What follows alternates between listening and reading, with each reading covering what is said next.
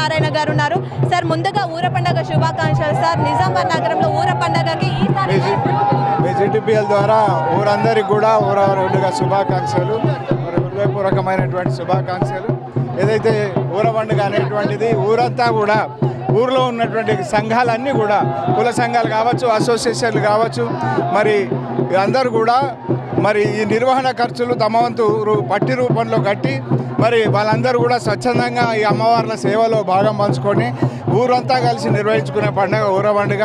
వెనుకటికి గత్తర కలరా అనేటువంటి వచ్చినప్పుడు మరి ఆ రోజు ఆ పరిస్థితులకు అమ్మవారి ఆశీర్వాదమే ఆశీర్వాదంతోనే మరి వాటిని నివారించవచ్చు అనేటువంటి ఒక పరిపూర్ణమైన విశ్వాసంతో అమ్మవార్లను ఈ ఊర పండుగ నిర్వహించడం జరిగింది.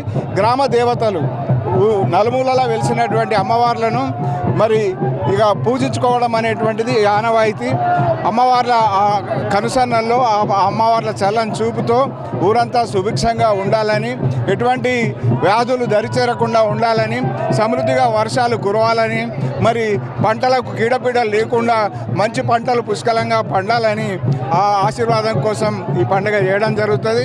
అడలి పోసమ్మ, మత్తడి పోసమ్మ, ఐచేతుల పోసమ్మ, నల్ల పోసమ్మ, మరి సమ్మక్క, సారలమ్మ, మహాలక్ష్మమ్మ, పౌడాలమ్మ, పెద్దమ్మ తల్లి, ఈ రకంగా కొండలరాయుడు, భోగసాని, శారదాంబ ఇత్యాది దేవత, కనకాలమ్మ, ఈ రకంగా ఇత్యాది దేవతలను పూజించుకోవడం, మరి ప్రతిష్ఠించి ఇక్కడ తీర్చిదిద్ది ఇక్కడ శారదాంబ గద్దె దగ్గర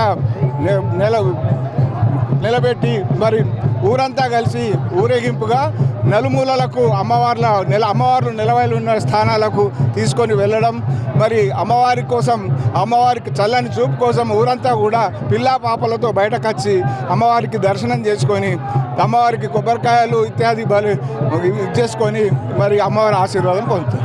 థ్యాంక్ యూ సార్.